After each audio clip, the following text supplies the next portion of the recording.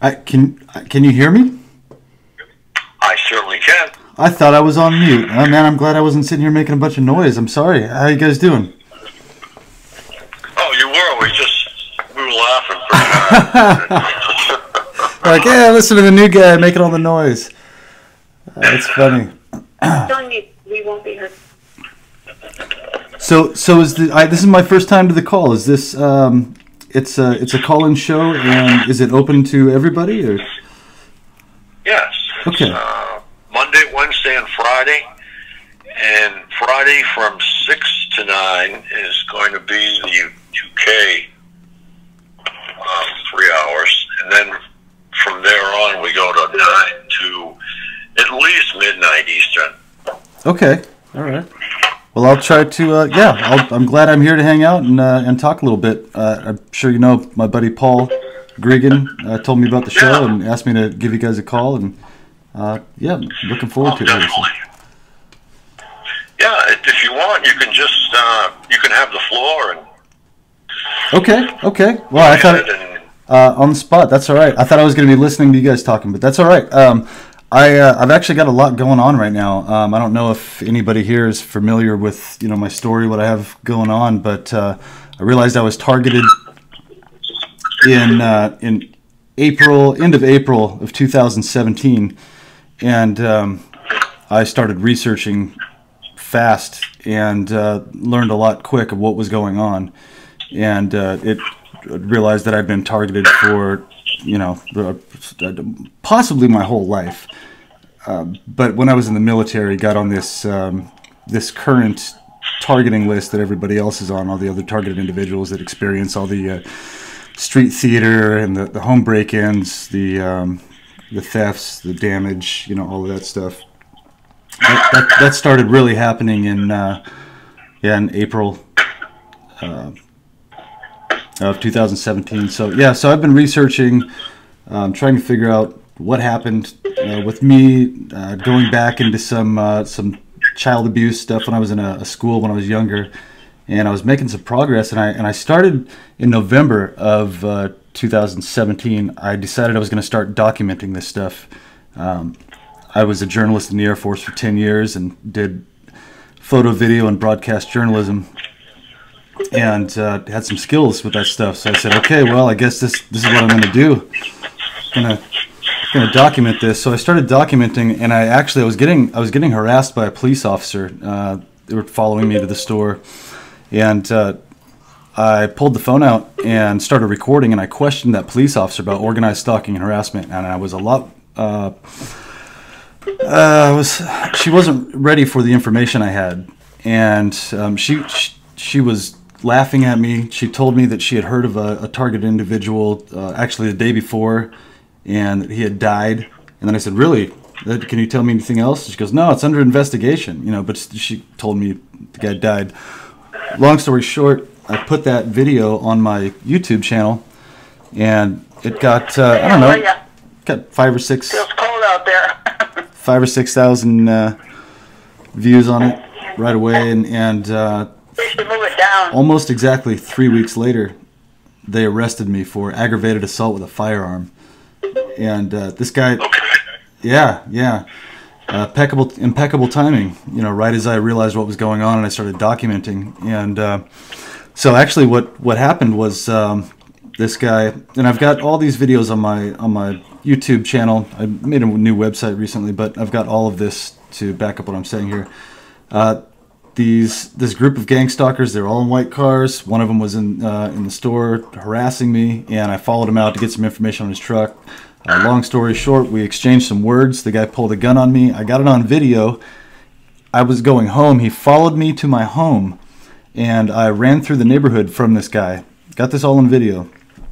The police pulled me over and arrested me for aggravated assault with a firearm. So now No, not at all. I wish I was. So that's why I'm doing this. Why I'm documenting, why I'm making this new website, why I'm starting a new channel. So I guess I can go ahead and plug that while I'm talking about it. I started my new website is Barden, the Barden Report. It's BARREDIN.US. And you know, it's a little play on words. My last name is Barden, and we're pretty much barred into this virtual prison that we've been put into in this targeting program. So so I started that, and I've got links to all of my social media on there. The new Barden Report YouTube page, and then my old YouTube page that I've got coming up on 3,000 subscribers now, and close to 500,000 views on my videos. So so that's going okay. But I do have court again. I was about to take the plea deal that these guys had me wrapped up in. I had paid $35,000 for an attorney, and because I said, you know what, these guys have me, you know, checkmate here. They set me up. I need to get a good attorney that will really go in and fight for me. And I paid this guy every last penny I had to fight for me. And it turns out he was a perp, and did, as soon as I gave him my money, did every single thing he could to gaslight me in their office, talk down to me, use directed conversation in the office, you know, conversations I was just having in my head. You guys know this is targeted Massachusetts. I don't have to explain this to you, what directed conversation is. But I ended up getting a bunch of information, pointed in the right direction for a bunch of information to laws that and procedures that weren't followed by my attorney, that showed that the prosecution is they're withholding exculpatory evidence.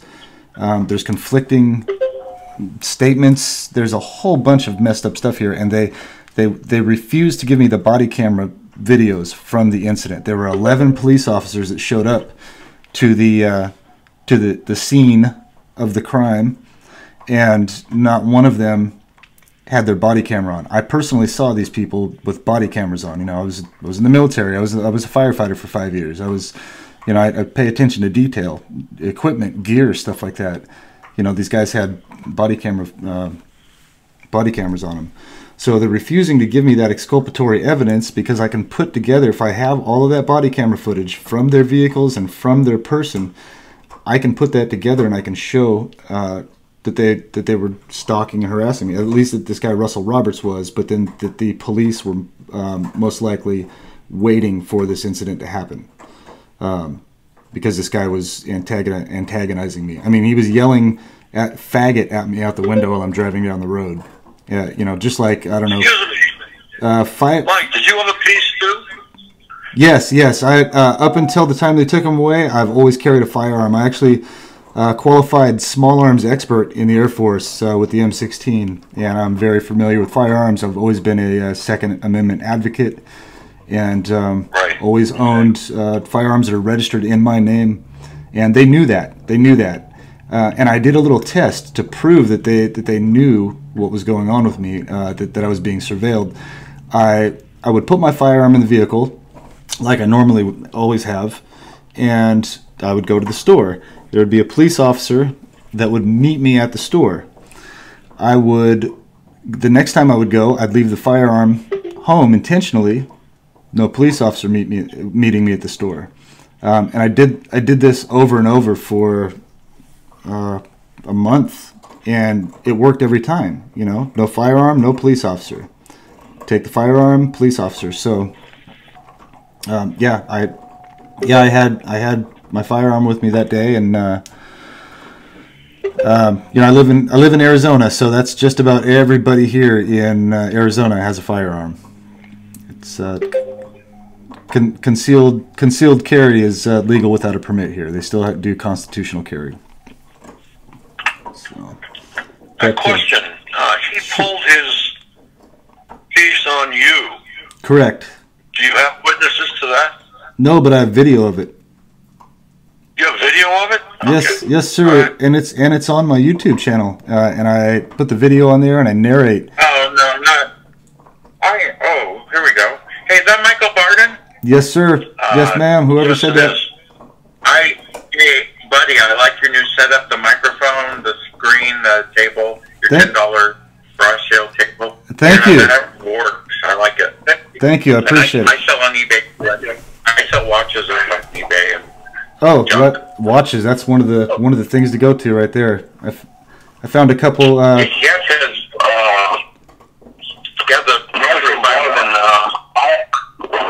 Michael Barden and I had similar 30 years with the child abuse and stuff. I believe I've been covered it since I was a child as well. I really relate to your story. I can barely hear you. I heard that you can relate to my story, but it was real garbled. I'm sorry. And I think I heard you say that you can relate to the child abuse. Yeah, I said I really relate to your story. Growing up, I have a similar story to yours. Were you were you in a military family? Did you have people around you that were in the military or military contractors? No, my grandfather was, but growing up, not my family is similar to yours, but the child abuse and stuff and the sexual stuff as a child, some similar things happened to me. Yeah, it seems to be kind of a reoccurring thing with a lot of people that are targeted. They have these weird experiences when they were a kid, and they start recalling that, and it seems like the targeting gets worse as they recall that, and they research and call people and ask questions. I've talked to a lot of people that have, it's a real similar thing. So it's kind of becoming a pattern here. So a lot of those people that I've talked to, actually, several of them grew up with family members that worked for Lockheed Martin. So I thought that was kind of interesting. Lockheed Martin, Skunk Works, different facilities around the United States, Chicago, California, stuff like that. So that's why I asked if anybody was in the military or like a military contractor or anything like that. Yeah, Skunk Works is basically for the fighters. So I don't think they do too much in Skunk Works except for things like the F-35. Yeah, no, Raptor and things like that. No, I'm talking when we go way back, like to the 70s, 80s. My dad actually worked for Skunk Works. He did private security and worked around the SR-71 and the B-1 bomber, stuff like that. And he worked out at Plant 42, actually, where they did research and development for all the stuff that they'd test out at Area 51. Yeah, so I grew up around that area, around Edwards Air Force Base, and had family that worked out there at Skunk Works and stuff, the compartmentalized groups where they didn't know what they were working on until the project rolled out the door. But then I've heard a lot of people talk about, since Skunk Works had such a high security clearance, a lot of walls back there, they had some pedophile films and snuff films being shot.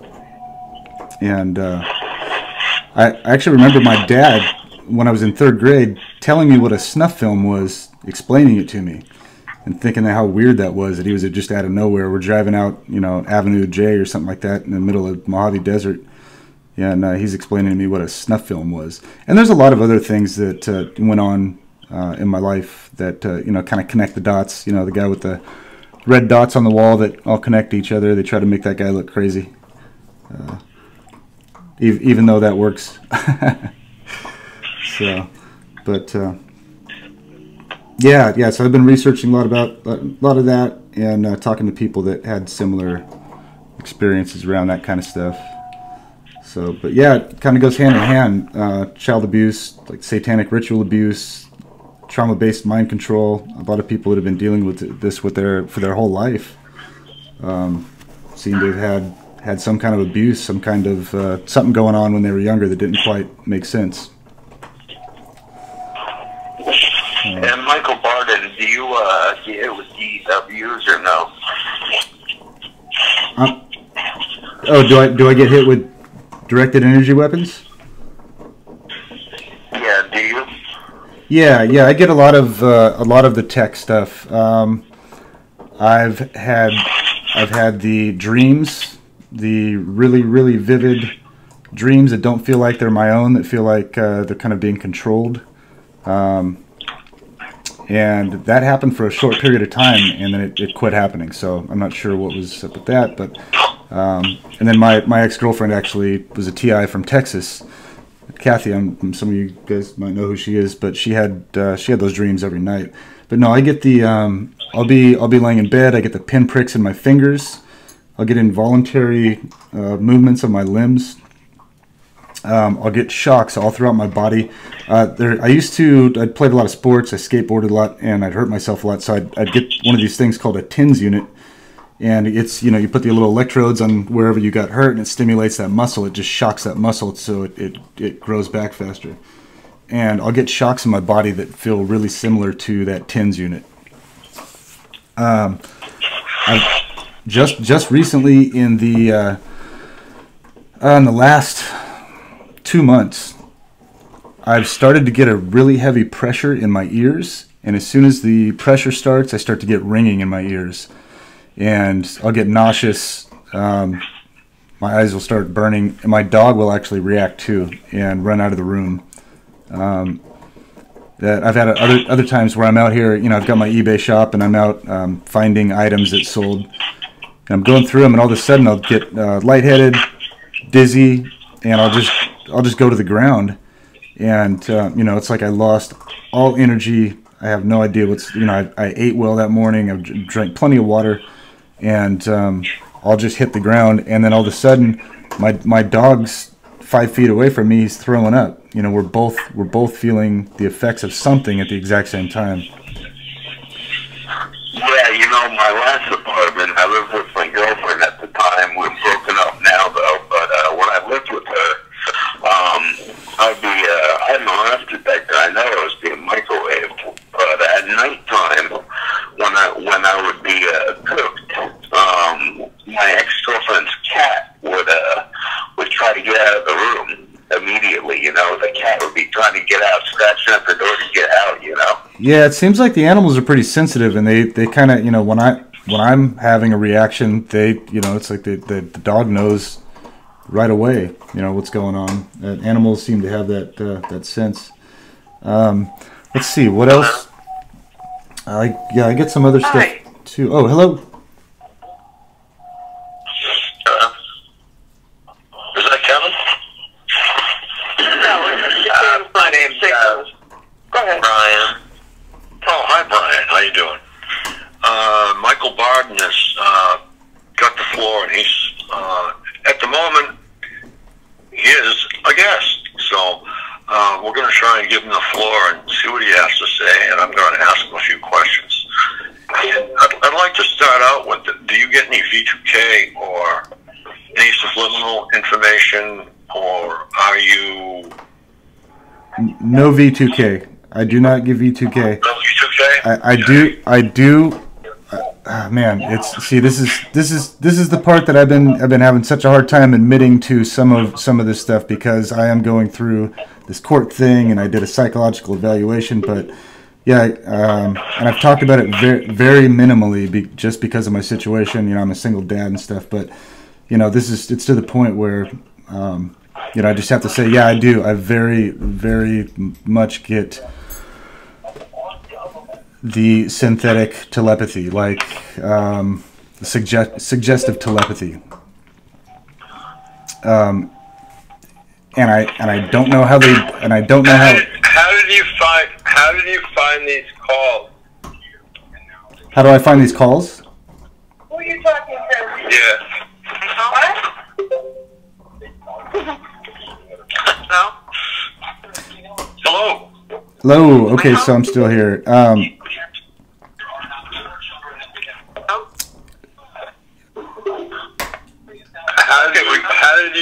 did you find like these calls, like this particular call here, actually a fellow veteran that I've become friends with. It's also a targeted individual.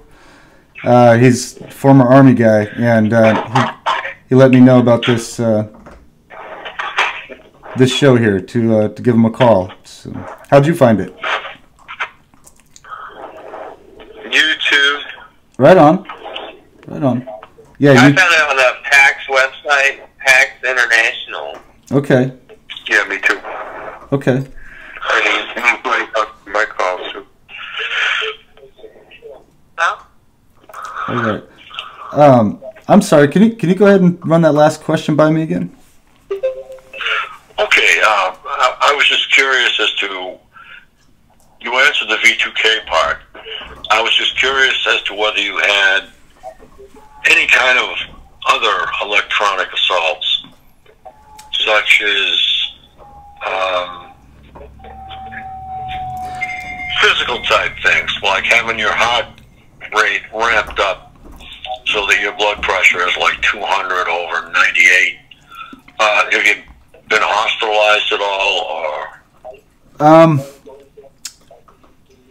I do get, see, in the moments of my heart rate does go up.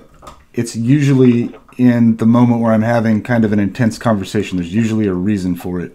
But I have been through a lot where should not be overexcited under pressure. You know, as being a firefighter for 5 years, being a journalist, being in front of the camera. You know, I've had a lot of practice keeping my nerves calm. But yeah, I'll get in certain situations where all of a sudden I start losing my breath, my heart rate. Can I ask, what's your opinion on depression? Do you feel like depression is an everyday thing, or like do some people have it maybe more than other people because they have more, like, not distractions but obligations, so to speak, like maybe someone has a child or they have a girlfriend, but like, what's your opinion on targeting and depression? Like, can it be like, well, I think that's one of the goals. Can it be someone literally hitting you with a weapon of some sort, or is it like, I'm kind of they can hit you with a frequency that will give you depression.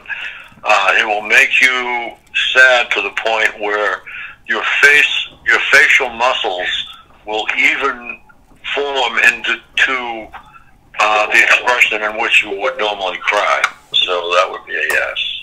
Right. Like, I noticed that, like, 'cause I have the same schedule, like, every day, and I noticed that, like, depression comes almost as if it's being activated.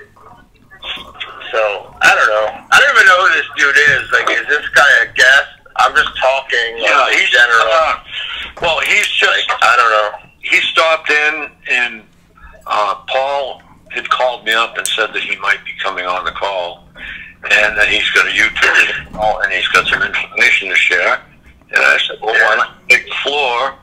And What's the YouTube channel, so I could go? Well, I watch YouTube all the time. No problem. Here's the easiest way. I just made a new website. It's barden.us. So BARREDIN.US, and all of the links to all of my social media. So both of my personal YouTube channel that I started doing this on, and then I just started this new show called the Barden Report, and started new. Are you Michael Barden? Yes, sir.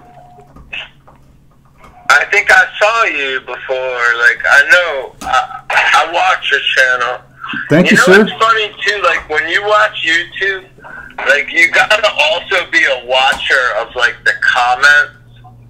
And I know sometimes people talk crap and they give you a bad rap, but I've seen your channel before. Like, yeah, those guys are just trolls, man. They, you know, the more they try to give you a bad rap, and they can't back up what they're saying, the better you're doing, really. You know, I watch a lot of different YouTube channels. Yeah, you know what I mean. Like, the same way I watch all these people's channels, I also watch the comments, and, like, you never know who's who. Yeah, like, yeah, you just kind of have to. But I like your stuff. Like, I don't have anything bad to say about you. Yep. Most of your stuff on YouTube is pretty legit. Like, I think that's pretty cool that you're on here right now. I don't know. Well, thanks, man. I appreciate it. And you all recommend anything for computer protection, like encryption or anything like that, or for the cell phone? I am the absolute wrong person to ask about that. There's probably, I mean, see, with the NSA and you know, the lack of privacy that we have, I don't even think any of that matters. You could have every antivirus. I know one thing. Excuse me, who's talking right now? the biggest thing you can do is keep it clean. You don't have the money for some good software, but if you do, I have. Can I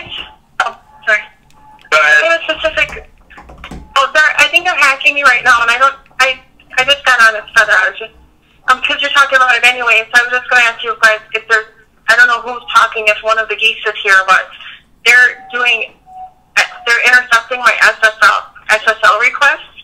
They're blocking my VPN. I think they're doing that, but it says we detected the SSL request may be intercepted on your network. I finally got a viable error message. And then now I can't log in, and they're saying, what did it say? Invalid API endpoint. Anyway, like this was working fine last night, and they're just constantly, so I don't know. I throw that out there, but carry on. One thing I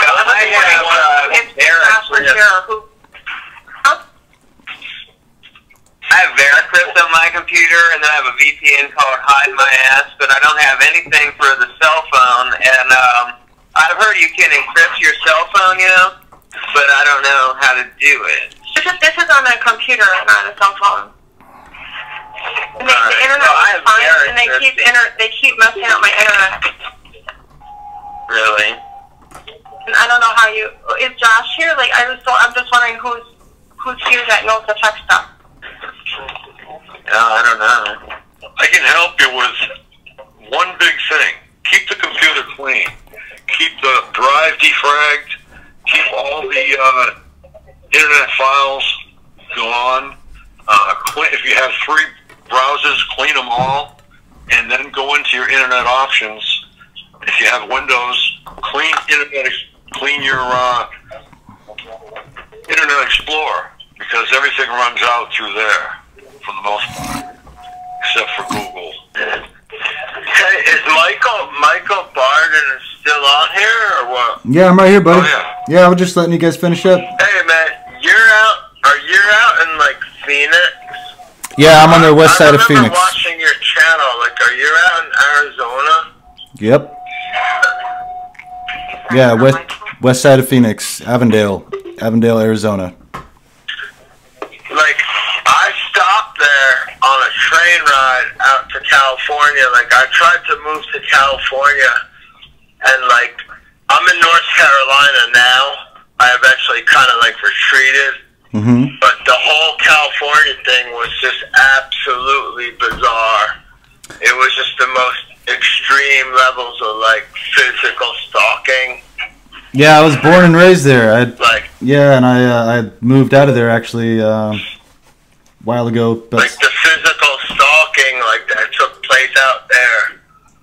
You know, it still kind of I feel right now like it never ended. Like they're still following me, but there's still like, these program. The shit that happened out there was just like right in your face. Like they just didn't give a fuck. Like I guess it all depends. Everything is situational. Every target is treated differently in different areas. Different places are worse than others for sure. California's terrible. I know where you guys are. It's terrible. As far as the gang stalking goes, Texas, I know it's bad. Florida. But if you check this out, go on pacer.gov, I think it is. Pacer, or just look up Google. You said you look on YouTube a lot. YouTube sealed indictments. And look at the current sealed indictments that are about to go out. Sealed indictments, yeah. There's 63,000 sealed indictments that are getting ready to go out. And the annual average is around 1,000. So 60 times the annual average of people are going to get indicted. And the new executive order actually that's going to be able to enforce this goes into place on the 1st, on January 1st. So get ready for some fireworks. Can you be a little more clear about sealed indictments? Like, yes. Sealed indictments against who? Against people involved in trafficking, government corruption, and hopefully people that are involved in gang stalking. Since it's a violation of section U.S. Code 18, section 241 and 242. It's human trafficking. So I think that's one of the things possibly we could, I don't know, this might be a pipe dream, but we could see a big change in the gang stalking after the 1st of the year if all these people get indicted, because they're not going to indict these people normally, like send them a letter and say show up to court on this certain date. They would do it via military tribunal with the Army Reserves, the Air National Guard, and the Marine Reserves. An Army Guard. So that, yeah, I've been researching that. Yes, yes. Oh, Michael? I'm here. Oh, this is Nikki. I think I talked to you earlier, Frank. I'm actually in a hospital right now, and I've been going through this for about a year now.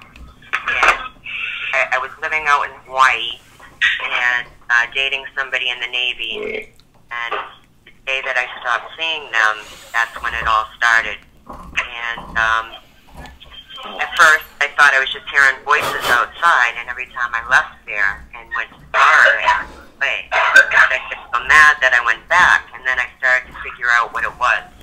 And, you know, I finally left Hawaii. You know, it's a huge military area. Yeah. And I definitely know that it was good. And now I've been back in Massachusetts, which I hear stuff in the background. And, you know, I've been Frank. And now they're in Massachusetts hitting me with it, and my son. And my son is 20 years old. My family doesn't believe me. I get the V2K. My son doesn't. He gets the, he just is suicide. It breaks my heart. And, Well, I'm sorry you're going through that. That, you know, I'm sorry you're going through this. Yeah. Everybody that I hear tell me about it, you know, it's like I hear the same thing over and over, but I know everybody's targeting is, you know, it's specialized. Yeah, just well, mine's monetary. Mine's monetary. They knew that I just sold my business after 18 years.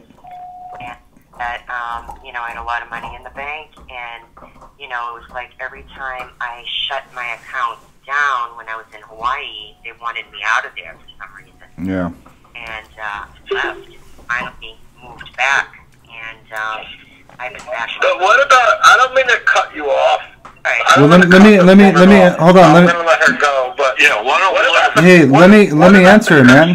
What about the person though that is not monetary? Hey, bud. Hey, Like, hey, I feel like hey, relax, buddy. Have some. Yeah, it's kind of hard to figure out. Yeah, right? man, But it's really hard to I'm keep track. monetary. Have some respect and let this lady talk and let me answer it. Be patient. Really, this guy keeps on interrupting. You know, it's impossible for people to communicate and to do anything. You know, so let's just. Yeah, I'm actually calling from a hospital right now because I Have some respect. Hate me if you want, but you know that's how I do things. I'm sorry, Miss. Go ahead. Right. I'm in here to ground people right now because they were really hitting me hard, and I knew mine was monetary. Mm-hmm. And like, you know, now this is the first time I've reached out to the community. I just don't know what to do anymore. To where my son, you know, been suicidal and all of that. But What are you in the hospital for right now? What is it related? There are 5 days a day. Is it related? Huh? Is it related to targeting? Is it something they did to you with the targeting? Yeah. No, I put myself in here because I mean my son was like coming at me. Oh, And okay. I get the V2K. He doesn't. So. You know, you said something that a lot of What? you said something that a lot of people have mentioned, that somebody in their family was in the Navy. They were married to somebody in the Navy. I was dating somebody. Yeah, my dad was in the Navy. I mean, have you heard of David Voits? Do you know who David Voits is?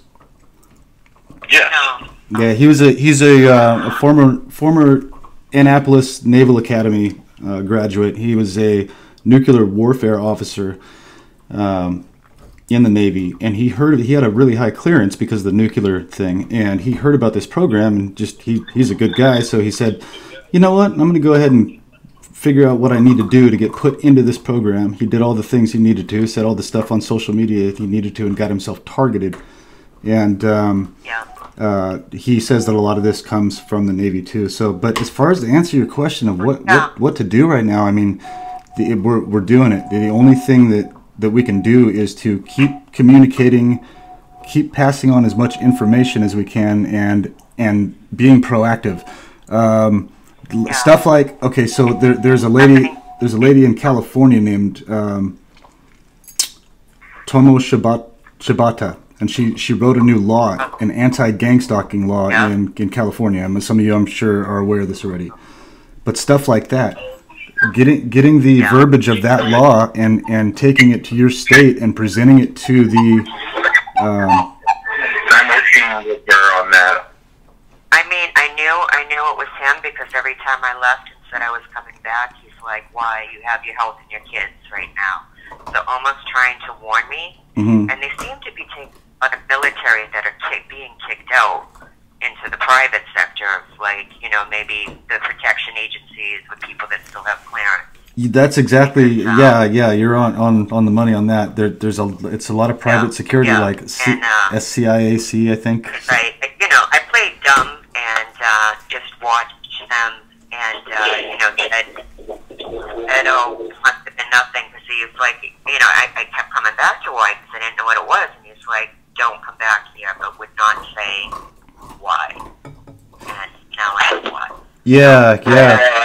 One of the perks that were behind my targeting, I knew about on the internet for 10 years. I rented a room from him in Florida. You know, I moved from Illinois to Florida, and I was being microwaved from an adjacent room. I don't know, I have to take the room he was in. And my mail was being tampered with, things were being stolen from me. He was doing noise campaigns every morning. One day when I went to get the mail, there was a Navy check in his name in the mailbox. Ooh, that's a good piece of evidence right there. I knew him for 10 years, and he never mentioned being military. So. Yeah. Wow. You're going to learn that a lot of the V2K that they give you is rhetoric. It's a play, and it starts every day, and later on it just stays the same. But most of that, what they say, are all lies, and it's all rhetoric. So it's not something to be believed. I want to ask you, it's like, so you hear your own thoughts being said in somebody else's voice, so is that like the... Not yours. Not let it roll off. Yeah. Let that all roll. You don't want to have anything to do with that. If you're hearing something that you're not thinking, it's not yours. Yeah, no, I know. Like I said, I'm being hit with that, but my son's not, so it's hard for him to believe, but it started happening to him. I could see the change in him the exact same month it started with me, and now he's suicidal, and it's like, oh man, I know what's going on. You know what I mean? I know what's going on, and I know it's monetary because I tried to get in my accounts. And, you know, each time I was out in Hawaii and shut down my accounts, they wanted me out of there really fast, you know, which was really weird. And one night I was so sick, one of the guys said, "Nikki, you got to get to the hospital," because I was having the zapping. And they told me to go to an emergency room that I never heard of before. They said, "You got to get there. The zapping's going down your spine." And I went, they're like, "There won't be a line in the emergency room." You know, so there was information that I didn't even know, you know what I mean, been told to me to do. But at this point, it's like, it's to the point where I will do anything for my kid right now.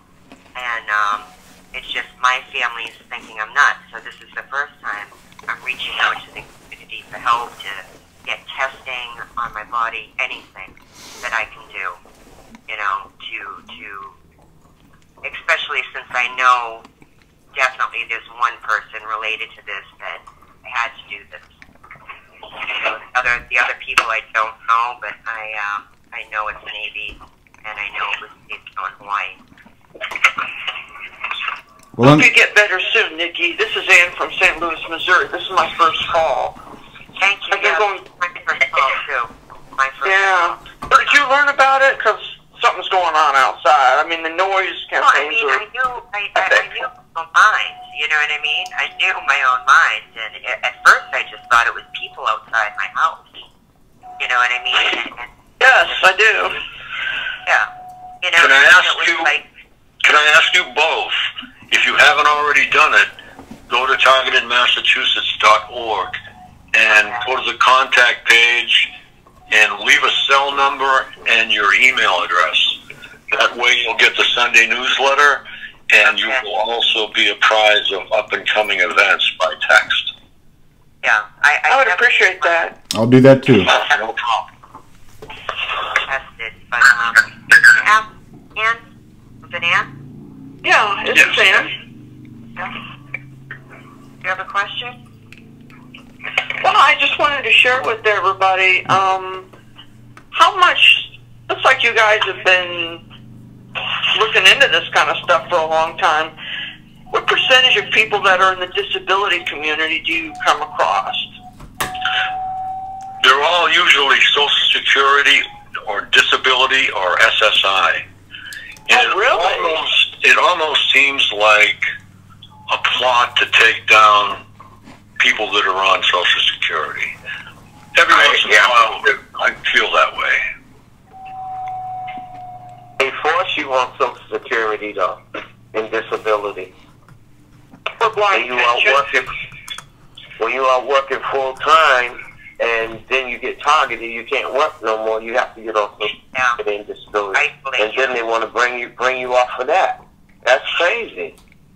That's not right. You busted your hump all those quarters to get money paid in, and they don't want to let you get to it. That kind of stuff just makes me sick.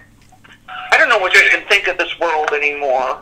I know. Well, I just discovered something that's been around since 2005. It's called ODNI.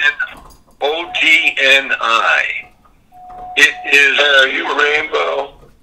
Am I Rainbow? No, I'm not Rainbow. And is that the woman's name, Ann? Yes, this is Ann. Yeah, that's Ann. St. Louis.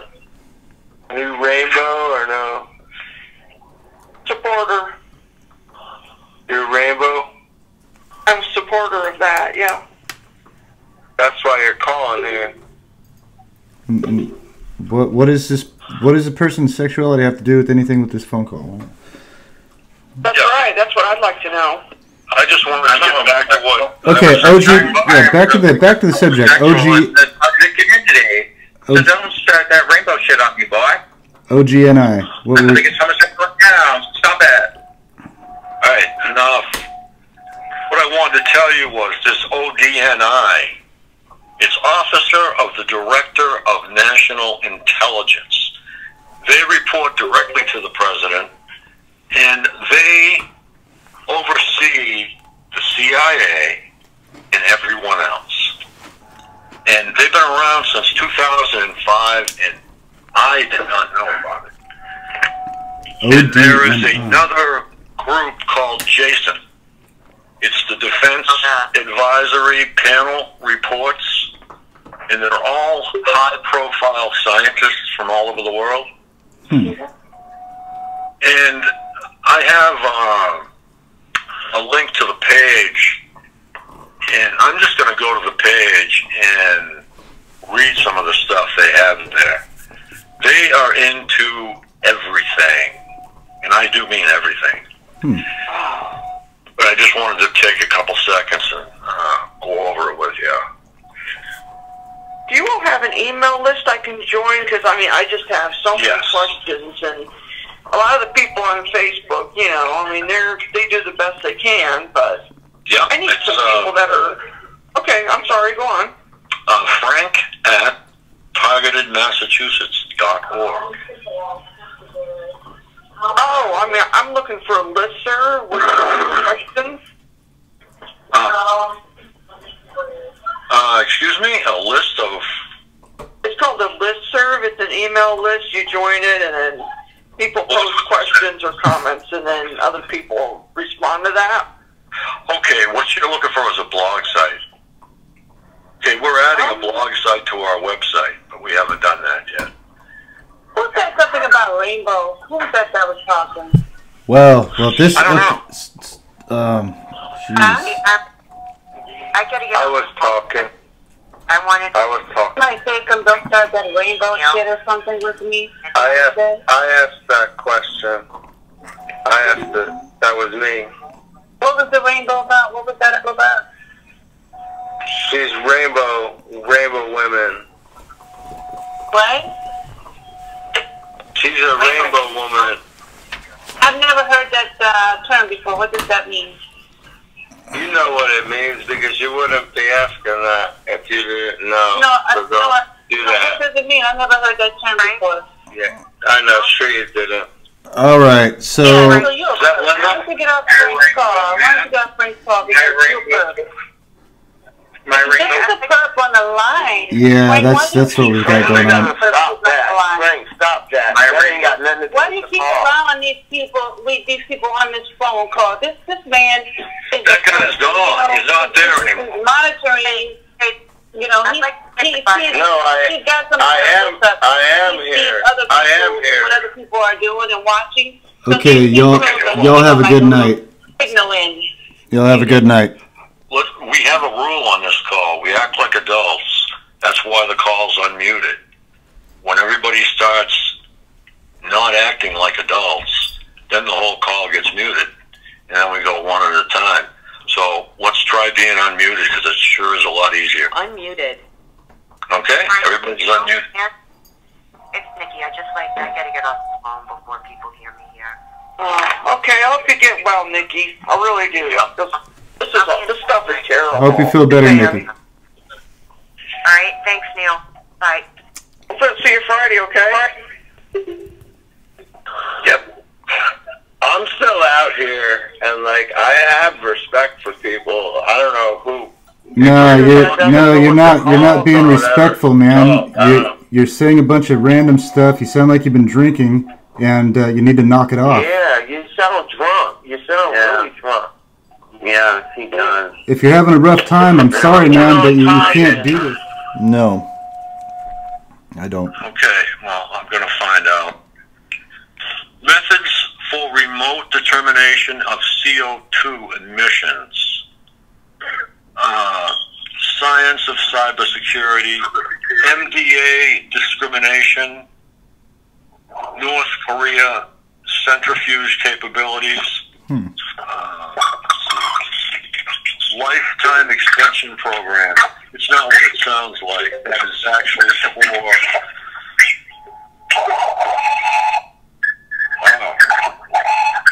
Mute. Got it, I think. Okay. High frequency gravitational waves. Okay. This is kind of one that we want to look at. This organization is so high up, nobody even knows who they are, where they are, until very recently. They've been there, but nobody has really found them. So up until that point, they were a USAP, Unacknowledged Special Access Program, and it got opened up. Jason was asked by staff at the National MASINT Committee of ODNI to evaluate the scientific, technological, and national security significance of high-frequency gravitational waves. Wow. So I'm not going to go on with this because we have a lot of things to talk about here, like down-to-earth targeting that's going on right now, but I want you to have this link because this goes on and on and on forever, this page. And every one of those that I mentioned is a link. Well, that's... I fucked up before. I was called that lady a rainbow woman. Oh, dude. What I meant to say, that wasn't what I meant to say. Okay.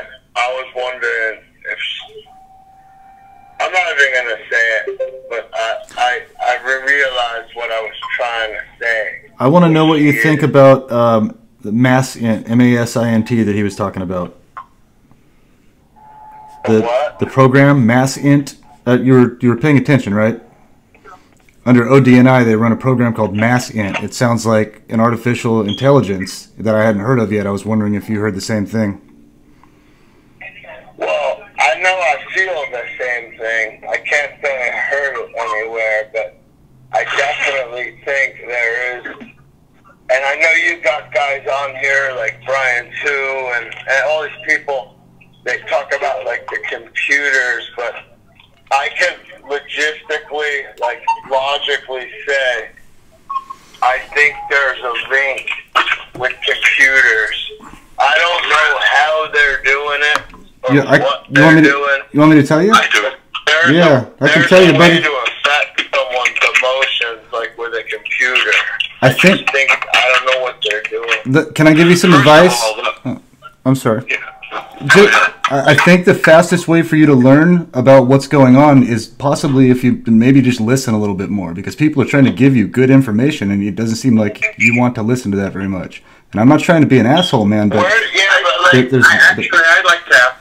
like to talk to Michael Barden. I'm also a TI and I'm also an eBay seller, and I want to talk about Michael Barden's new video and Barden report that he started. I think that's great. Thank you. Okay, TP. This is Mike. Go ahead. Thank you.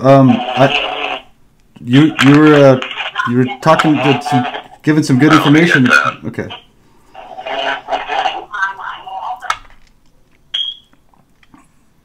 Yeah, that was some good information there. Yeah, I'm still here. Okay. I'm still here. Oh, we get the major noise. Yeah. I've been getting used to that over the last, I don't know how many interviews I've done. It's always something. It's all right. I'm used to it. Okay. I try to get the place quiet without muting it. Mark, you've got a mic that's opening up every time somebody goes to speak. So you probably should mute until you want to speak. That's all I can say to that. Okay? Thank you. All right, now we're virtually quiet.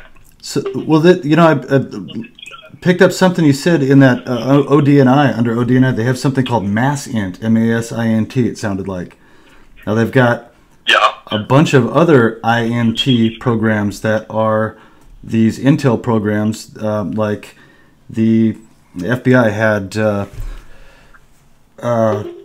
course, now I can't think. LoveInt, where they would spy on their significant others, and it was a program they had. GeoInt, GeoInt is the mass program. That's definitely a good one to look up, GeoInt. And I heard it was actually on Caravan of Midnight, that show. There was a lady, a former computer programmer that knew about GeoInt. And I'll just spell it again, GeoInt.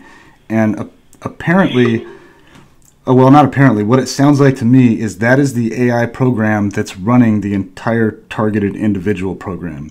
And it would be really good for anybody here to listen to, because it talks about how this program is built on reactions. They're almost like the Minority Report, the movie, the Minority Report. They're trying to get. Can I finish? Can I finish? They're down with the system. Okay, so they're down with the powwow. You got to acknowledge that. I'm trying to, buddy. So anyway, what's the name of the program? GeoInt, GeoInt, and then they also used one called LoveInt, LOVINT. Gosh, what is the other one that? I'm sorry, I'm drawing a blank right now. Geo-intelligence and love intelligence, right? Yes. And then there's also. Is that pronounced Goint? I don't know. Now, where did you find out this information about the GeoInt? There was a former government computer programmer that worked on artificial intelligence that was on the show Caravan to Midnight, the YouTube show, radio show, and she was talking about this program and how the program is basically like the movie The Minority Report, where they're trying to get, they're inserting all of this chaos into people's lives to get them to react, to see how they'll react in a violent situation. And if you react with aggression, like when I yell, to somebody out the window, leave me, well, I'll just say it nicely, leave me alone, they'll take that as, oh, well, this person's going to keep reacting with aggression, so we need to keep pushing. And it really, the way she was describing that program, GeoInt, sounded like what's fueling this. Because, I mean, it seems like the more you react, the more they come after you. The more you go forward, the more you speak out, the more they come after you. I've been thinking that a long time. That's absolutely true. And I was wondering if maybe the reason that they're pushing people for emotional reactions is so that they can put it into AI, so AI would know how to react to humans. That yeah, definitely could be one part of it. And I think a lot of what they're trying to do to get people to react to is for business. It's to get people to react, to act out in aggression, to end up getting arrested and incarcerated, to speak out to the police or to a psychologist about this, and to be incarcerated into a mental facility, or to be put on psychotropic or SSRI drugs. That's billions and billions and billions of dollars a year in the private prison industry, big pharma, and the psychological industry. Right. So they want to drug them so that they negate them. Yeah, so they're feeding this system, this targeting program. They're targeting people that have been isolated, people that have money. There's so many different reasons. People that are type O negative, they can harvest their organs. They want them to kill themselves so they can sell their organs for millions of dollars on the dark web or on the black market, wherever they sell them. There's a lot to that, a lot of that to this. But everybody that is targeted seems like they are being antagonized to act out, to fill one of these slots that I was just talking about. So eventually everybody's mentally sick, they're on drugs. I'm sorry, go ahead. When the program Operation Safe Home first came out under HUD, that's one of the things that SWAT did. SWAT went into all the big, this was 80s and early 90s, and they went right across the country, and what they were doing is that they were arresting like criminals of all kinds, rapists, whatever. Mm-hmm. But after they left, the landlords and the maintenance crew were given the responsibility of reporting anybody who they felt showed violent tendency or propensity for violence. And then they were forced into emergency rooms for incarceration, for evaluation. Wow. They had a doctor, a psychiatrist. Well, they had a stable of psychiatrists who worked for the government who called out to fly into different areas of the country at taxpayer money to evaluate these people to see how violent, if they could let them go, or did they have to incarcerate them completely? Wow, and I think those are just casualties. Those are just casualties of the people that you're talking about, and they're collecting data on the casualties. However, I think there's a greater agenda, a bigger agenda, just while going through this process, targeting and collecting data and seeing how far they can push the envelope with these issues that you're talking about. But they're collecting the data because ultimately, I think the greater agenda is control of the masses. And I think that's really what their ultimate goal is. That's the number one objective of this whole program, in my opinion. You're 100% right. Control and. I think the number one object is to program all emotional aspects and pump it into AI. Yeah, and to know how they collect it so they can use it later. Can I tell like a really quick story? Excuse me, sir. Excuse me. No. Excuse me. I would like to let the guest speaker speak. Why don't we listen to the moderator and let the guest speaker speak? Are you the moderator? No, I'm not. No, I'm not. Alright, so then maybe you need to quiet I thought that we were going to let Michael speak. I thought that Frank said we were going to let Michael speak, right, Frank? That's right. Here's what's going to happen. You're like you're the yoga police. I am the police. You got that right. I'm the police. Yeah. I've been told that. You're the yoga police. Okay, so Frank, could we listen to Michael? That's what we're going to do. Okay, because that lady keeps talking, and I thought he was going to tell his story, and then you said later we were going to ask him questions, and he hasn't been able to finish. Yeah. I'm sorry I was boring you. But you know what we can do? We can mute the room, let him speak, and then... Yeah, that might be a good thing. Good idea. Yeah, that'd be great. All right. Thank you, Frank. Thanks for listening to me. I know I've been told I'm the police, so that's fine with me. Mike, speak up. Yes, sir. So I gotta find you. I'm here. I'm right here. Speak up again. Oh, okay. Check one. Okay, check 1, 2, 3, 4. All right. Gotcha. This is Mike who? My name is Michael Barden, ma'am. Barden. Nice to meet you. Thank you. Good to meet you too. Okay. Let me see. Unmuted. Okay, Mike. All right.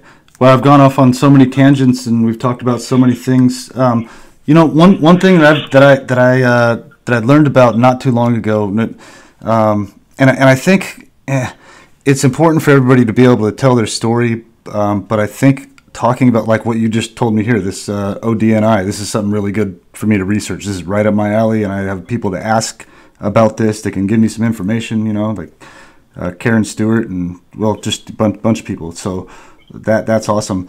One thing I think that would be good for some people here to research, when you go out to the grocery store and these people are following you around, they've got their phone pointed at you 24/7. They're in the parking lot trying to run into you. They're doing the street theater, the direct conversation, all that.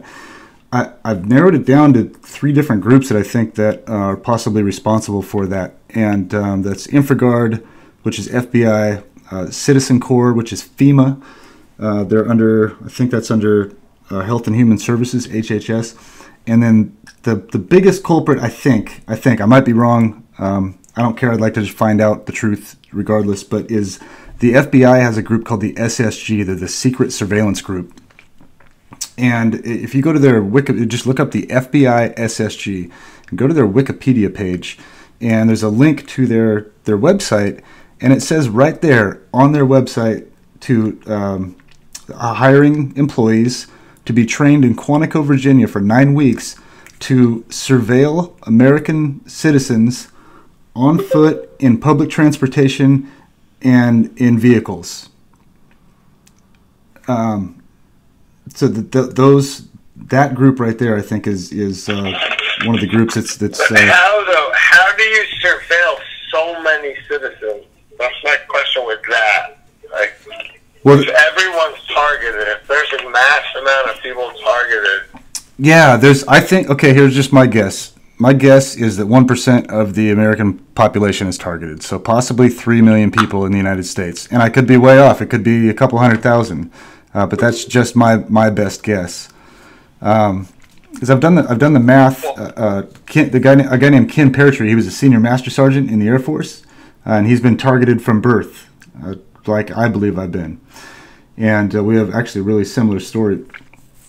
But he worked in POL, petroleum oil liquids, and he was responsible for keeping track and managing like the accounting for multi-million-dollar projects in the Air Force. And this guy came up with a spreadsheet on how much it costs to possibly get estimated guess on how much it costs to target a targeted individual. And it's for 1 to 2 targets per year. It was $3 to $4 million a year. So if you say that 1% of the United States is targeted, and you do the math on that, it's close to $10 trillion. So we're missing $23 trillion from the Federal Reserve, which is being investigated right now. There's been an audit on the Federal Reserve. We're missing $23 trillion. So. All right, but see, I think that like rich people, like the true elite, these members of these organizations, money is not the same to them. like my line of credit and their line of credit, and like these people.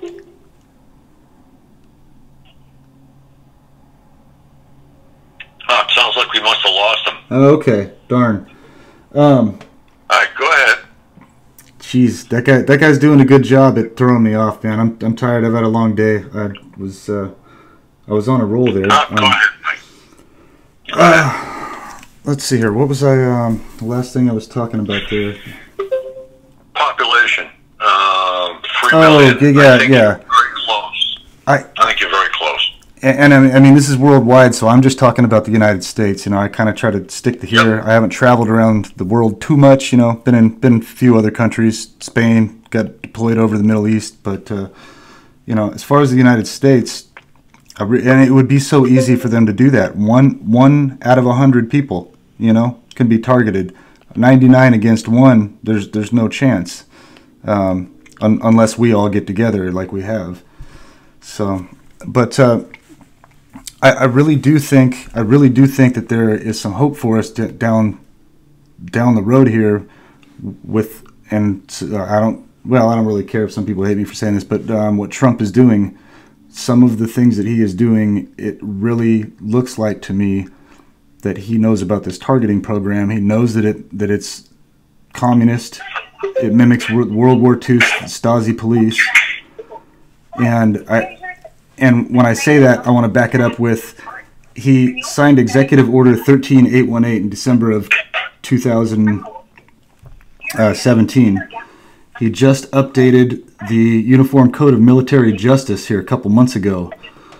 They're putting money into Guantanamo Bay, and the way to arrest all of these people in the deep state that have started this communist targeting program and all of these other things that they've done to basically circumvent our government and steal our country, I believe that the gang stalking and the targeting program is part of those executive orders and the possible military tribunal that could be coming up after the executive order goes into place on January 1st. I pray every morning and every night that that's going to happen, and that my research and that the sources that I hear this stuff from are correct. So, so everybody pray for New Year's, whoever you pray to. Michael, can I ask a question? One second. No, caller 68. I muted you because you have background noise, and that's the only reason. Q&A hasn't started yet. I will let you know when you can ask questions.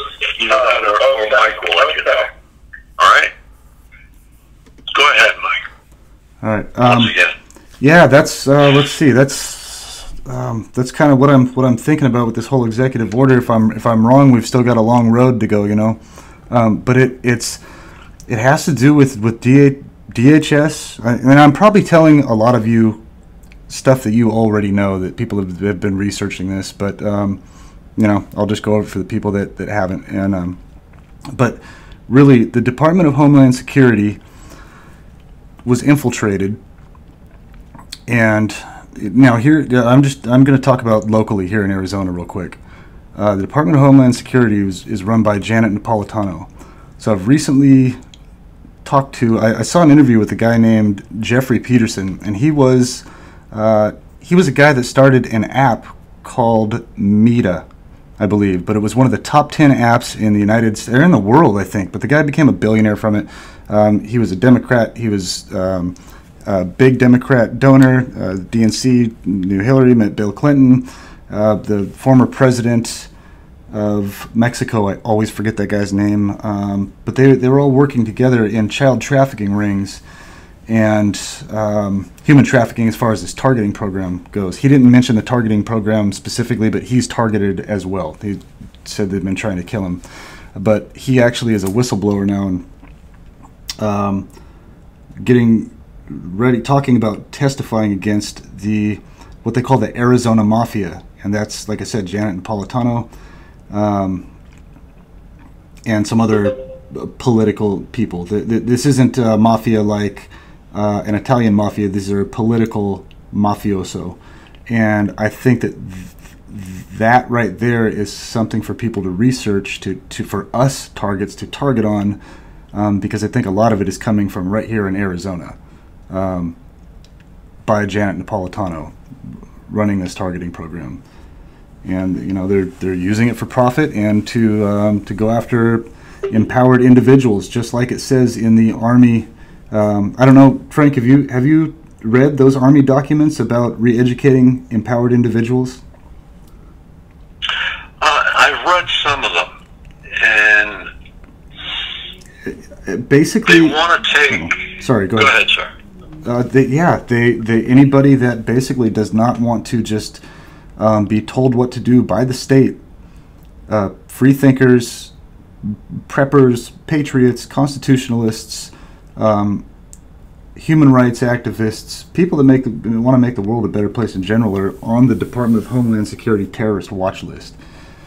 And a lot of the people that are targeted, as you've probably noticed, interviewing a lot of people and having a lot of people on your phone calls, listening to all these videos, a lot of the targeted individuals are intelligent, well-spoken, down-to-earth people. There's some people that have been traumatized by this enough to where it's affected them and they can't function properly. But most of the targeted individuals that I've met and networked with, become friends with, are some of the smartest people I've met. And it makes perfect sense that these kind of people are getting targeted by a communist type government because they want to, like in communism, they say we're going to hammer the nails down, cut the grass. The ones that stand out are cut down, and it just really, really seems like that's what they've been doing for quite a while, covertly to us.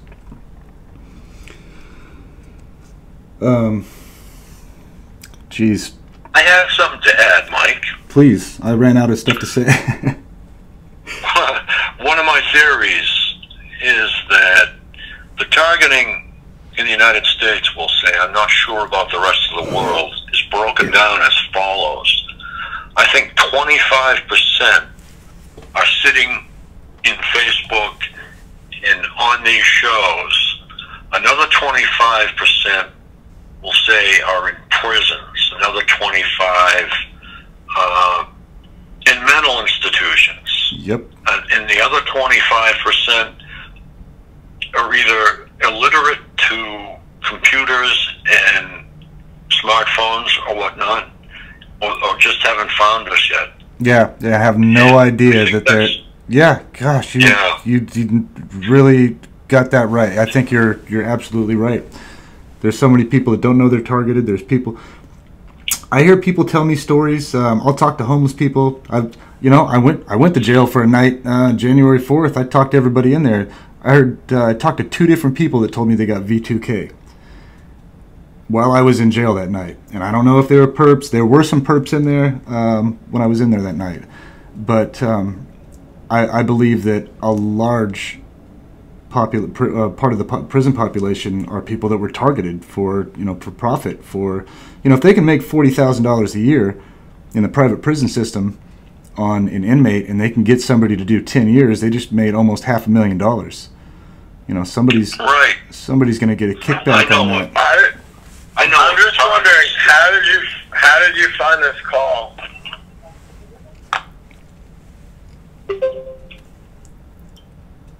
Okay.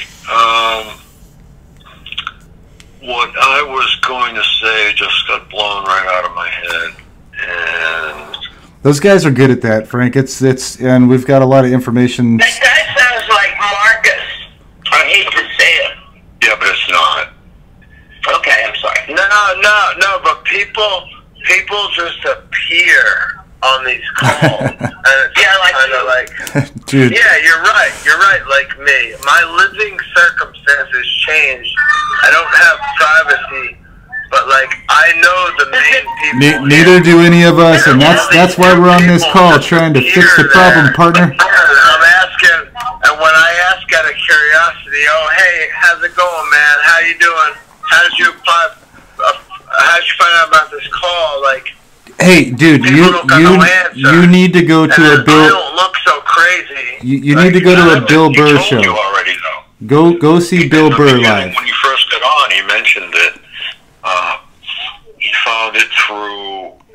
friend Paul, Yep. who was a friend of mine, and they became Facebook friends, I guess. And Yeah, I talked to a Paul on friend the. he had in the military. And, Yeah, I talked to Paul on the phone. written out. I talked to Paul on the Is phone it Alex? once a week or so. That mind being muted. Stop, you're listening. I learned until Mike finished it. Stop. Muted. Unmuted. Okay, Mike, once again. Alrighty. Yeah, hey, since we were talking about Paul, yeah, Paul's a good guy. I talked to him on the phone. I said once a He is week, a good guy. maybe every couple of weeks or so. And our stories are really, really similar, what they do to us. And I actually... Hey, Mike, it is Paul. I just wanted to say thanks for Hey. being on the call tonight. Thanks, man. Good And, to... you've been doing a really great job today, man. I just want to let you know that, you know? Thank you. I appreciate it. This Joker's giving me... Hey, I might do some stand-up comedy in the future. I'm gonna talk about this guy in my one of my sets. You know, so it's everything's a positive. You know, if he's a pain in the ass, it's good material for later, right? But no, Paul's an awesome guy, and I actually on the Barden report, I'm gonna have Paul on, and we're gonna do an interview, and so he can tell his story. And we can just have a conversation like this, and we're gonna live stream it and have some people there and listen to the story and get the Barden report going. So, but yeah, Paul's been a good guy, but you know we all get isolated. We all get completely isolated, especially after when you don't know what's going on and people are just kind of peeling off Is your official page left and right. Is your official page on YouTube called the Barden Report? So, but Come on, Alex. I know you had a little bit too much to drink, but you're a good guy. We all know that. And just chill and let Mike talk, okay? hey, Make sense? Alex, if you want to talk, man, I'll talk to you in person tomorrow. I'll talk to you for like an hour if you want. Just let everybody do. I'm not trying to get all the attention here. I want to listen to everybody else talk too. So if you could just do that, man, I'd really appreciate it. Everybody would, and message me, and I'll talk to you. Yeah. If you want to ask, all right? Yeah, we've got stuff. till 1 o'clock in the morning. You got that. I'm muted from here on out, man. You got that. I'm gonna give you that. Sorry about it. No problem, buddy. I appreciate it. Okay, go ahead, Mike. All right. When you want to answer questions, just let me know and I'll unmute the room. Okay. One at a time. Okay. Yeah, I guess I can start answering them here soon. I guess I just want to let everybody know, I don't know how much longer I'll be able to do this. I've started this new channel. I'm trying to keep my business running, and but I do have my court date coming up, where I've requested to drop the plea deal so I can fight this case in court. Now that I have.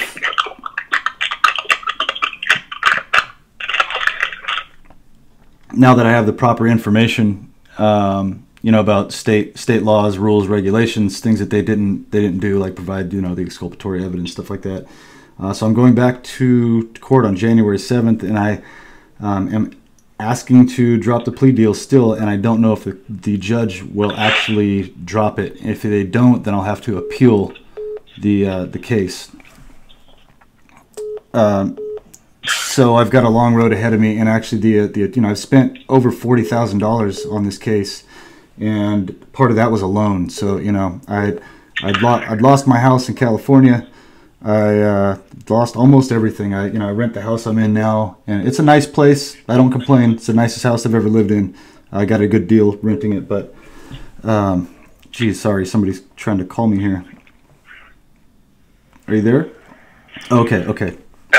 Sorry, I was trying to end that call. So yeah, I've got that coming up. So everybody, think good thoughts, pray for me, whatever you do, send positive my way for that, and hope I don't become a felon. And if I do get to fight this in trial, I just really hope that I'm actually going to be able to be heard, and they follow the laws and the rules and the regulations that they're supposed to go by, and I don't get hamstrung, and nobody sees me for 15 years. And if that does happen, you know, y'all don't let me rot in there. You know, get the word out and let people know that I was targeted for this, and that I need to be out speaking to help other targeted individuals, not rotting in a jail like Daniel Holtzclaw, the guy they threw in for 263 years after they targeted him, railroaded him. That's a good thing to look up about targeting. Daniel Holtzclaw. Well, if you have a great lawyer, call him. If you don't, call me, and I'll call everybody. Yeah, absolutely. I have to file a report with the Bar Association. I asked for my money back from this guy because he absolutely fought against me like he was the other attorney. And yeah, it's just so I have a public defender now, and I'm trying to decide if I want to use that public defender or represent myself pro se. And that's a uphill battle. So yeah, I'm in kind of a conundrum right now. I know what I need to do, but I also know how the system works, and being targeted, what my odds might be. So I'm really not sure what's going to happen with this whole thing. So okay, I have something to add. Catherine Horton's affidavit is very thorough. Okay. It's 95 pages plus your own story on the course of events. Okay. So it's something that, if I don't have your email address, make sure that you give it to me before the night's over, and I'll send you all 3 documents. I have them right now, but they're not paginating properly in the chat for some reason. Okay, I appreciate it. Thank you. Yeah, those affidavits are a big deal, and I have 4 of them in my court. What I presented to the court. Okay. I wanted to make sure that since they're doing this to me, that they're going to have to get when I talk in court, they're going to have on record my complaint about organized stalking and harassment. And they almost got away with not getting me getting my letter in to do that. So I got it at the last minute.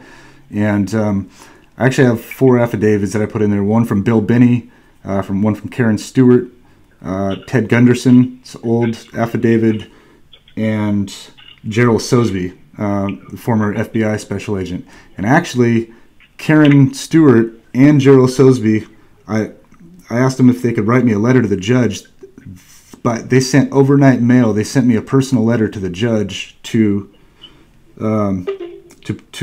put in with all my court papers. Sorry, I can't find my words right now. I'm really tired. I've been working all day.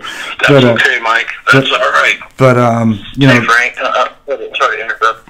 You know, I just want to see if you can give Mike my email, if you will. Is this Don? Yes, this is Don. This is Don. Oh, we missed you so much, Don. I just got your email today.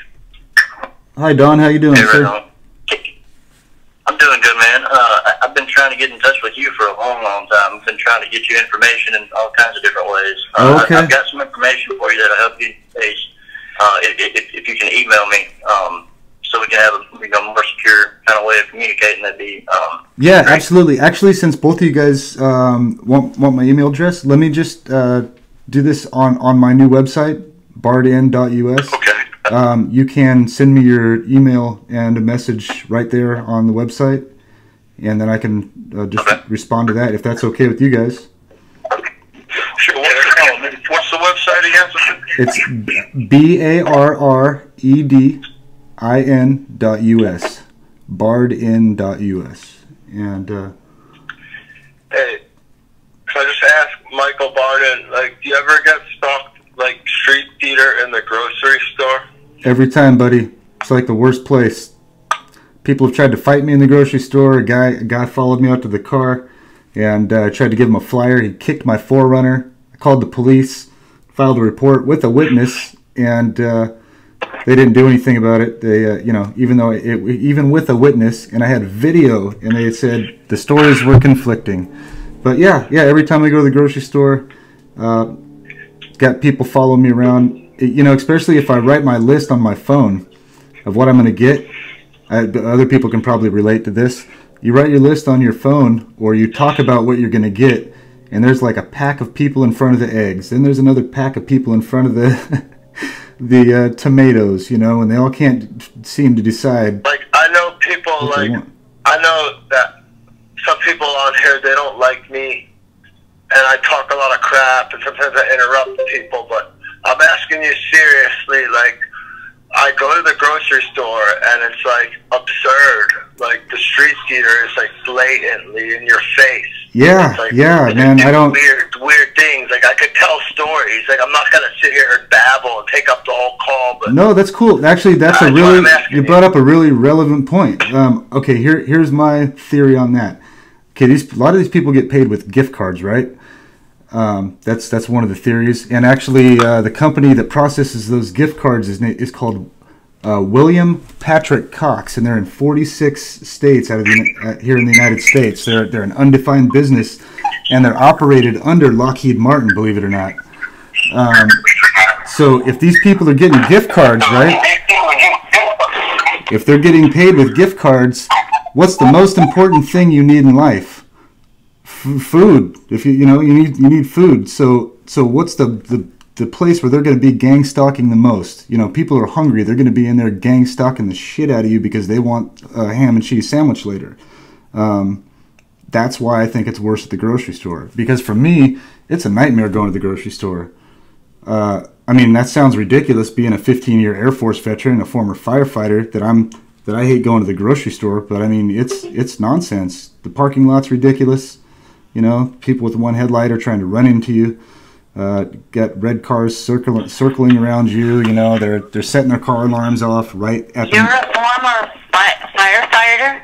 You're a former firefighter. Yes, ma'am. I was a full-time Air Force crash fire rescue firefighter for 5 years, active duty. I was a firefighter. So you've never done it in a town or something? I was on the military base, so I lived in Fresno, California, and the 144th Fighter Wing was on the airport property. So we were on one side, and we had command of that side of the runway, and then the city fire department had command of the other side of the runway. And then what we did, we worked mutual aid with the other fire departments within a 5-mile radius. So I worked with Fresno City, with Fresno County, and sometimes Sanger, some other departments, but I wasn't an actual city firefighter. Do you still know some of the firefighters that are working for the town? If so, that's a perfect in for you to get information about the weapons they're using, because the firemen know all about this, and they're a first responder, and they can tell you a lot. Well, yeah, some of them do, but they will not say anything about the program because they're given what's called a national security letter, and they tell these guys, and now I don't know this firsthand, I figured this out on my own, because I actually got targeted during the time that I worked at the fire department. I didn't know what was going on. I didn't know what was going on then. I had no idea what it was. But my targeting was definitely going on while I worked at the 144th Fighter Wing Fire Department in Fresno. And it's part of the reason I ended up resigning from that place. And it's a long story. It'll be in the movie someday. Or my book, however it comes out. But yeah, I was surprised that I had never picked up on anybody talking about it. You know, how covert they are, because, you know, I was there for 5 years. Well, I know when I first became a target, I found out that the perps were told that the #1 rule is not to talk about it. Talk about the weapons, talk about the program. If they were, they would get in enormous, I don't know if they'd go to jail or what would happen. I know they'd get fired. Yeah, but I know that was the #1 rule they were told. They'd probably get targeted. They'd probably tell them, if you say anything, that's gonna what you're doing to these people is gonna happen to you. That would be my impression, you know, because yeah, that sounds logical. You know, they run this thing with. I thought of it like that, but it's probably very true. Yeah. So, and I think that's how they get a lot of targeted individuals to turn into perps. You know, like maybe they say, hey, we're not going to do this to you anymore. If you want to drive the red car around with a customized license plate and the one headlight, you know, we won't break into your house and rearrange your furniture when you're gone anymore. I don't know. I know with my perps on my street, that they had made the negative narrative for each person to, what's the word I want? You know, it's something they could relate to as far as looking at me. Oh, okay, like so... one girl was Jewish. Okay, so she as was far told as... I hated Jews. Yeah. A girl was told I was an atheist and she was Christian evangelical. Yeah, I've had that exact conversation with a lot of people where it seems like they find whatever that person's emotional trigger is, whatever bothers them the most, right? And that's what they tell that person about you. And right, yeah, right. To the woman that's talking now, and I hear Michael talking, obviously, but what I wound up encountering in my life was like, I heard once a T.I. say on like a show or a YouTube video, I forgot exactly where, but T.I. said like, beware the dog walkers. Yeah, well, like, I had this woman in my life that was like a nanny, and she was like a dog walker, but like I started to realize like, alright, this person's implanted in my life. And they're the kind of people that, like, they want to work for themselves. Like, they don't want to have, like, a boss. But, I don't know. I could go on and on. It involves a lot of psychology, but... Yeah, well, I think... I realized, like, that woman was a weirdo. Like, simply put. I'm not going to sit here and babble. Just simply put, like... It was weird. Like the woman was like a dog walker and a nanny. Well, so the dog walking thing. A lot of people get the people walking by, the dog walkers, the person you've never seen in your neighborhood in your life. They just happen to be walking the dog in front of your house. So a lot of this is signal. A lot of this is signaling, and a lot of occult type secret societies. They do signaling. They have to. The way that they look at it is they can abuse you as much as they want, but they have to tell you that they're going to do it. And they'll signal a lot of things too, like when they're walking the dog in front of the house, they're telling you to be a good dog, to heal, to be more obedient. Like, they'll dump out you know what I'll trash. say, and I know I cut people off a lot on here, and I don't mean to cut you off, but with this woman, this particular woman, like if you brought God up, and I don't mean like Jesus died on a cross. Like if you just simply brought Just say God in general. Like I prayed to God. Okay. Any type of pure thinking. What would she do? She would get like weird. Like they knew something you didn't know. Maybe there was no God. I don't know, but maybe people would act bizarre. Like I can't tell you multiple stories about direct encounters with perps. Well, maybe like they're the little bit of encounters I have with perps is just wait. so Let me answer your question. I think here's maybe the thing, man. Maybe they know that you have a good soul, that you're a good person, that you could possibly connect to God, that you could have a relationship with God, and that scares the shit out of them. I don't know, but a lot of these people that do this are psychopathic narcissists, and when they see you hurting, they get what's called narcissistic supply. When they get you worked up, when they get you pissed off, yelling at them, yelling "fuck you" out the window, they get that little smirk on their face. That's called narcissistic supply, and that's what they're doing. And when you see that, you need to get away. What you mean. I know exactly what you mean. Yeah, so learn to see that and get away from that person immediately. And this is, I wish I would have had somebody telling me this 20 years ago. I had a similar experience today with one of my perps like that. But I've been wondering more, so how do you shield? Do you use shielding? I don't, not at all. No, I was afraid that like CPS would come into my house somehow and see that I've got some copper stuff around my head and say, well, this guy's a lunatic, we're taking him in, So I mean, really, just recently I've just started talking about some of the technology that they use and stuff like that. So, but no, I haven't shielded at all. But I also haven't as I didn't realize. I think now looking back that I was getting some directed energy weapon stuff. Like when I lived in Oklahoma, I'd wake up in the morning throwing up, and I didn't know why. But here just recently, over the last couple months, I've really been getting hit with the pressure in my head and the ringing in my ears and the lack of cognitive function. But yeah, I don't do anything. No, Karen Stewart just did an interview on the Ella Free show, and the whole interview was about shielding. And I listened to it, and that seemed like a lot of good information. And then there was another show that I believe Ella did that one too, but there was a guy named Roger Tolsis, and he's an expert. Yeah, I Okay, yeah. That guy seemed to know what he was talking about. Let me ask you a question. Like, do you believe, like, if someone's beliefs are rooted in evil, and they, like, truly believe something to the point where, like, they think it's good? Like, is that where our world is right now? Like, is that where our society is? Like, because you kind of got to look at that in the perspective of gang stalking, like the type of mentality to where someone would just have no morals, no ethics. Yeah, it's satanic. Are people believing in something that's just absolutely horrid, but they think it's good? They manifest that because they believe in it so much. Well, some of these people... Some of these... Okay, Alex, why don't we move on? I'm going to mute you, and why don't we hear from Laura Ann? Laura Ann, you're right there. Frank, you keep muting me out, man.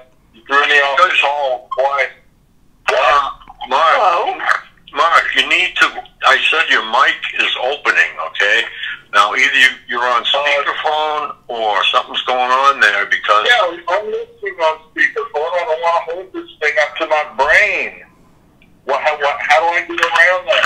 Let's not go into it, Mark. If you interrupt in the call, I have to mute you. I'm out here dead silent.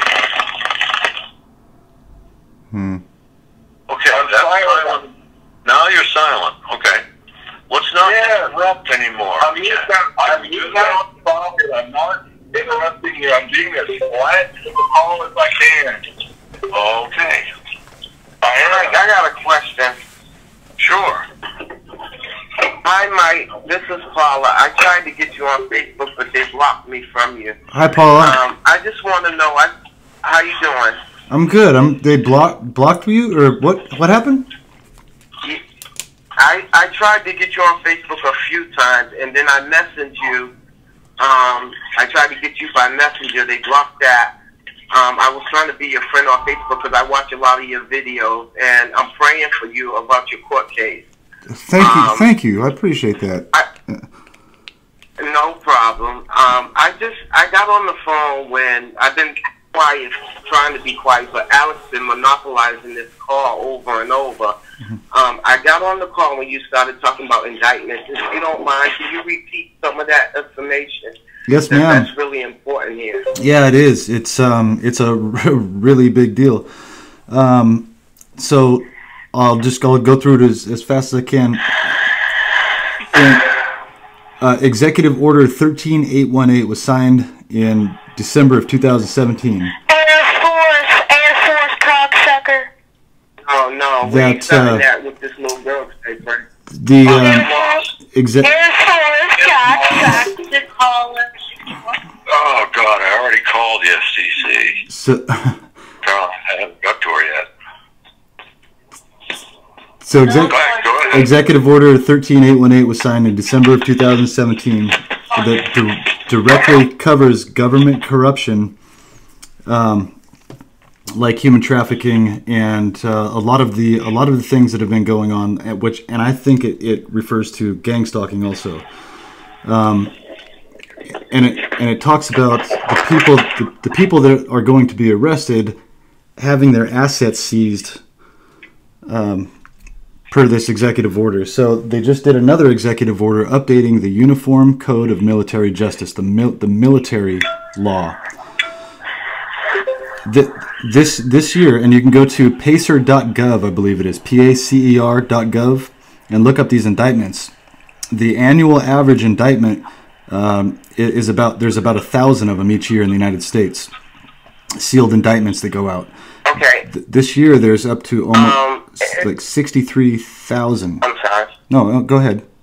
If it ain't too much trouble, because I have problems reaching you on Facebook, if it ain't too much trouble, can you take my email down? Yeah, absolutely. And just say, hi, Paula, this is Mike, and then I'll be able to relate to communicate with you like that. Yeah. Because I tried so few times. Hey, listen, you will win motion. I know that you're Ryan's co-moderator. No. All about you now, all right? So if you want to take your boyfriend down, okay, with you, feel free, but you will not be on any show anywhere. Air Force cocksucker, Air Force cocksucker, Air Force cocksucker, big cocksucker, Air Force cock. Oh man. When I end up doing some stand up, yeah. Oh my God. I don't know. It's on the decline, and obviously so is that young piece of crap who was just talking. Yeah. Pardon me. Hey, that's Right. And they know what Mike is saying is true, and they know they're about to go down. So and they're listening, and so they haven't heard interrupt. When I get trolled like that, Ryan's a new girlfriend. I just smile. I just smile. I'm still out here. They don't like it at all that we're figuring this out and that we're. Alex, you had plenty of time. You had plenty of time to monopolize this call since I've been on, and I can tell you how long I've been on. Yep. I'm talking to Mike right now. All right, Paul. Okay, Paul. I'm answering Paula now, guys. I'm gone. All right, Paula. Oh no. Okay. If you actually, Paula, if you want to go to my new website too and check it out, it's BARRED. I'm sorry, BARRED. Caller that keeps saying like it sounds like a kid over the phone. Who is that? Oh my God. I couldn't even hear nothing. It's not even a caller trace. Frank, do you got information? That little prick ass like you 60 quiet. Yeah, I'm gonna Unbelievable. You should reiterate tomorrow. Yeah, it's like this on a lot of talk shows I go on to the. I can come back on here. I'm muting myself over here. Like if nobody's gonna be still entertaining. I'll mute one. We got two. All right, Mike, try it. I don't know what. Nobody's coming on here. Well, we'll wait for Mike. We've got a little twit, pardon the expression, who is... You can put an A in there, Frank. Pardon my French. I'm a little upset tonight with the decline and fall of Western civilization personified with some little plot, you know? Yeah, really Melinda, can you do me a favor? I was going to email you today. Can you add Frank at targetedmassachusetts.org to your mailing list? Okay. Alrighty. Thank you. Paula. Three things I understand that Mike has said. One is he used a term that Perk used and then have an expression called narcissistic. What was that last word there? Narcissistic supply. So when say, you've probably seen this before, when somebody's gaslighting you, they're lying to your face, and you start to get frustrated with them, and you're saying, "Why are you doing this?" or "What's your problem?" And you're starting to just kind of lose it a little bit. They get that little smirk. They can't. It's like when you're playing poker. It's a tell. They get that little smirk on their face. They're getting narcissistic supply. Some of them are. That's what they need to function. They cannot function if they're not getting narcissistic supply. Yeah, it's also called Duper's grin, isn't it? What did say that again? Duper's grin, something like that. I hadn't heard that one, but I'll look that up too. Hey, Mike. Okay. Yes, Two ma'am. other things. You spelled your name 20 times, and I still can't get it. C-A-R-R-D-I-N? The website, it's a play on words. My last name is... your name, I think. Yeah, my last name is Barden, B-A-R-D-E-N. So if you just Google my name, I'm the bald guy with the glasses, hit, any of those. But my website that I just made a couple days ago actually is BARREDIN.US. And then there's links to all of my social media. There's a way to contact me and send a message right there on the website. Get to all. Hey, I watched your channel. Like you said, dudes they're physically stalking you out there in Arizona, right? Yeah, like with guns. Yeah. Alex, please. No, because I watched the footage. Yeah. Like this. Hey, actually, Alex, I'll answer your. I'm not gonna say he's legit or not legit. I'll answer. Let me answer your question because I have an answer. I have an answer for your question. I'll answer right now. All right. That's it. Yo, because dude, if you watch YouTube with them, they go hard in certain states. Like you could be in Florida or you could be in Texas, and they gang stalk like hard. And then other states they gang stalk in a different way. And I know the dude. I saw the channel. Like I watch YouTube all day. That's all I do. So I like the guy. I don't know. I'm just saying, you people are getting on me. I'm not ripping. Let me answer you. You were asking. Just don't like me. I think people just don't like me. Well, that's part of the gang. That's part of the gang stalking. So that's part of the gang stalking. So Alex, for no reason. A form of gang stalking. Stop this. Can I just say something, Mike? Yes, ma'am. I think your answer of it being a narcissistic supply is the best answer I've heard. That, like, when you said that, it was like, of course that's it. Gives them power. Yeah. They can feel important when they can manipulate us, you know? Yes. And that's perfect. These are people that need to feel powerful, and they don't feel powerful. So when you...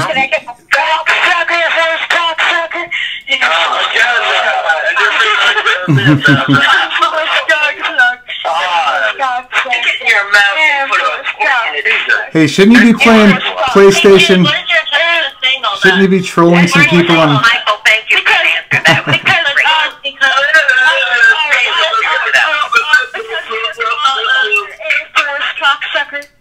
I don't understand why you keep saying that. She's a mental midget. Because we all know that Ryan from Organized Stalking Informer says that, and I'm the co-host of that. Oh, God. I wouldn't brag about that. Is that the girl? Wait. Is that the girl? I want to talk to her. Is that the Oh, jeez. That's that girl that was just cursing like that? Like, do you see her? Yeah, I've seen. No, but she seems like she wants to talk, but someone's stopping her. Jeez. Oh. Yeah, Alex, somebody needs to stop people from talking sometimes. Okay. I know. You're right, honey. I know. One last question. Mike, you mentioned the uniform code. Now, there was something.gov, and I couldn't get the first word. You sound like you're on a ham radio right now. I'm just saying. Man, stop. Yeah, just let me answer the fucking question, man. Shut up. Okay? Just shut your mouth for a minute and let people talk. Go away. I try to be nice to you. I try to be nice to you. Shut your fucking mouth and knock it off. I know my voice is soft, so I'm like, is that really a kid or a woman? I don't know. That's a very pathetic institution-bound person. Yeah, I mean, this is an example of, I love to be nice to people, but, I've still got some military in me. Knock it off.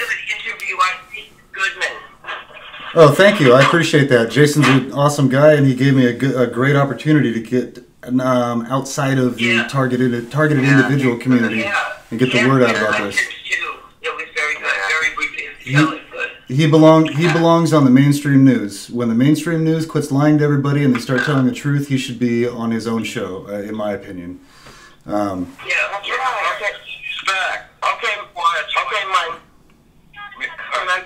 I get your name and your show again, please? I'm not a part of Ryan's program.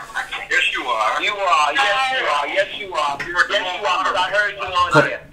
You teach a New York class, teach a New York, New Jersey center, and accent, bitch. Your mama's so fast you can't fit with it. Don't put it up your swat. Paula, you're still there? Yeah, it's getting a little silly. Melinda. Okay, Mike, before you hang up, I know you're gonna hang up. Can you please give me the name of your show, please? Yes, ma'am. The website is barredin.us, and you can contact me there. You can send me a message with your email, and I'll respond to it.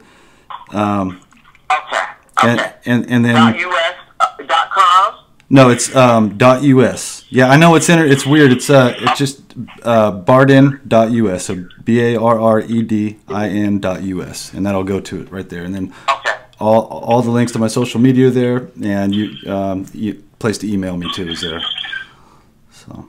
Thank you. I'm definitely praying for your court case because I got something to tell you similar to that situation. That's why. Okay, thank you. And maybe and I want to on the new show too. I want to talk to. There's so many shows where they're like, hey, here's this FBI agent that we're talking to. This person's an expert in this. I want to talk to all of us everyday people that have gone through this and listen to people's stories about how they've been set up, how they've been manipulated, and then the more of those stories that we put out. I'm talking to Paula right now. I'm talking to Paula right now. God. He's talking to me, please. No, but you have an FBI agent. Already, my All right. God. No, you shut up. Why don't you mute yourself? You say you're going to mute yourself. Just get off the show. All right, guys. I think I'm enjoying talking to all you guys, but I have been on here for about 2 hours. I'm getting a little. I don't blame you. Have a good night. I just have to say a quick thing. Sure. Michael? Yes, ma'am. Oh, yeah. I just wanted to apologize for interrupting earlier. I didn't know that you were a guest on the call. I thought it was like a free chat, and so I was talking about my technical problem. I didn't know because it didn't come through. Oh, no, that's okay. I could tell. I figured, that was not a big deal when somebody, nobody said anything.